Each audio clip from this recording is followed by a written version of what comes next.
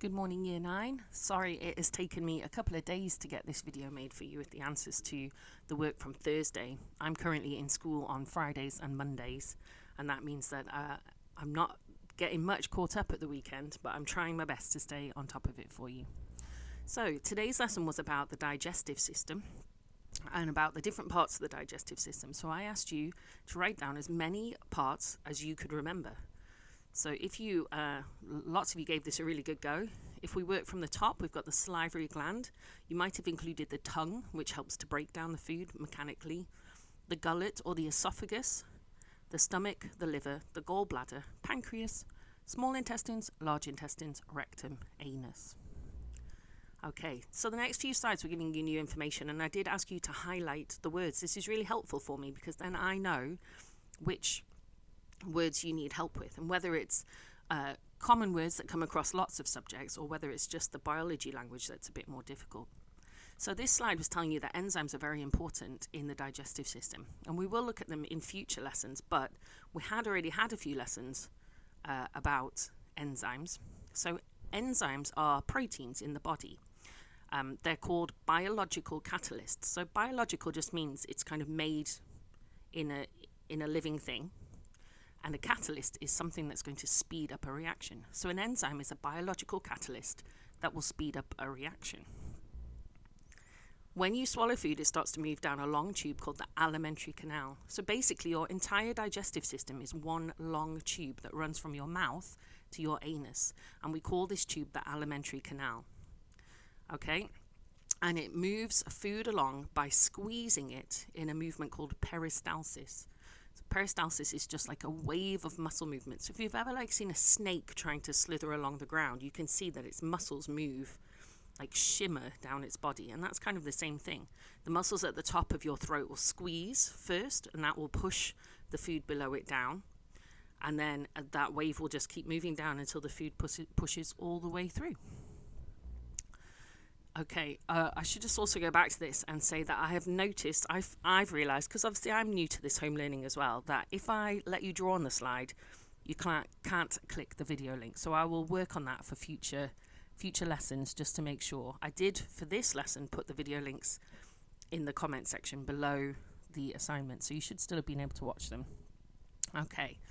So digestion mainly takes place in the stomach and the small intestines, but it begins in the mouth. And here, there's two different kinds of digestion. So we've got something called mechanical digestion, which you can see is highlighted. That just means breaking food into smaller pieces. So your teeth and your tongue will make, say, an entire potato chip small enough to fit down the tube at the back of your throat. Okay, so mechanical is just where parts of your body are breaking the food into smaller pieces.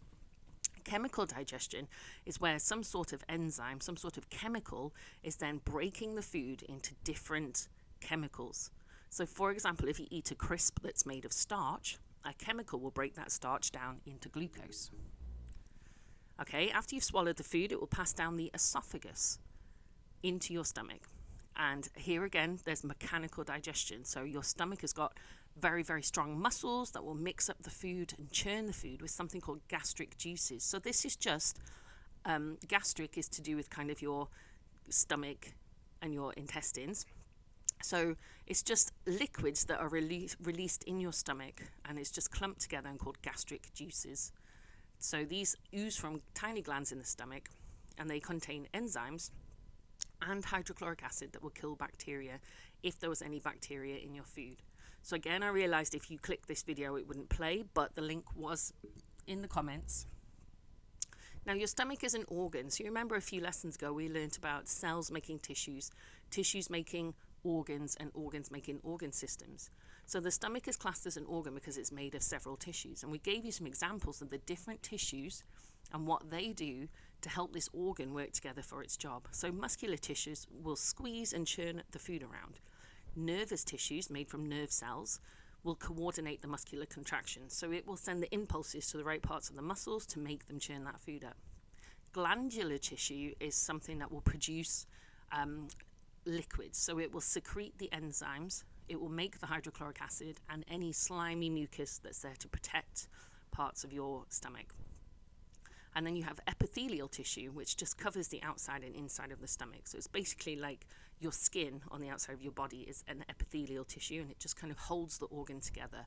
So 4 different tissues that work together for the stomach to do its job. In the upper part of the small intestines, 2 more liquids are mixed with the food. So we've got something called bile, which is made in the liver and stored in the gallbladder, and this breaks fat into tiny droplets so that they're easier to digest. And then we have pancreatic juices. So again, juices just means liquids that are created in the pancreas. So these have lots and lots of enzymes in. They basically finish off the chemical digestion. They also neutralize the stomach acid. Okay. So I asked you to copy this diagram out onto the piece of paper to help you with the rest of your work. So I hope that you did do that.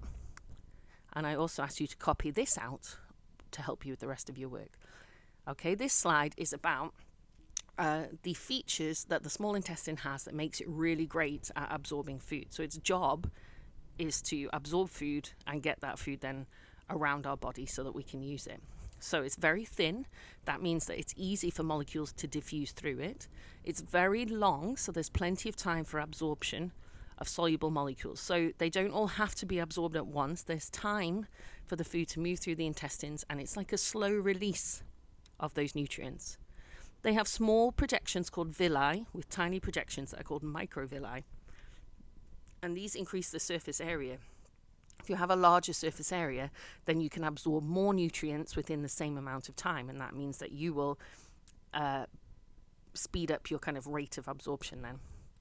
And they have a really good blood supply. They have blood capillaries. So capillaries are just very, very tiny blood vessels that go into organs, and they transport the molecules away. So what happens is some nutrients move into the blood gets a high concentration, but because that blood moves away, then the concentration in the blood becomes lower again. And because it maintains that concentration gradient, there's always going to be low concentration in the blood because it moves away. Then food is always going to move from the small intestines, where it's in high concentration, to the blood where it's in low concentration. Okay, so this question, explain why a good blood supply and a large surface area make the small intestines better. So in the question, it gave you 2 specific aspects to look at. And if you had copied that diagram out, like I suggested, then you could suggest that blood transports molecules away, which maintains the concentration gradient. And this means there will always be less nutrients in the blood than the small intestines. So molecules of food will diffuse into the blood from a high concentration in the intestines to a low concentration in the blood. The large surface area allows more molecules to diffuse in the same time period, so will increase the rate of absorption. Okay, use a highlighter. So a couple of things highlighted here. So the digestive system is an organ system. It's got several organs working together. It's necessary digestion to break down food so that it can be absorbed. Starch and protein and fats are too large to pass through the intestine wall into the blood. They need to be broken down into their tiny components.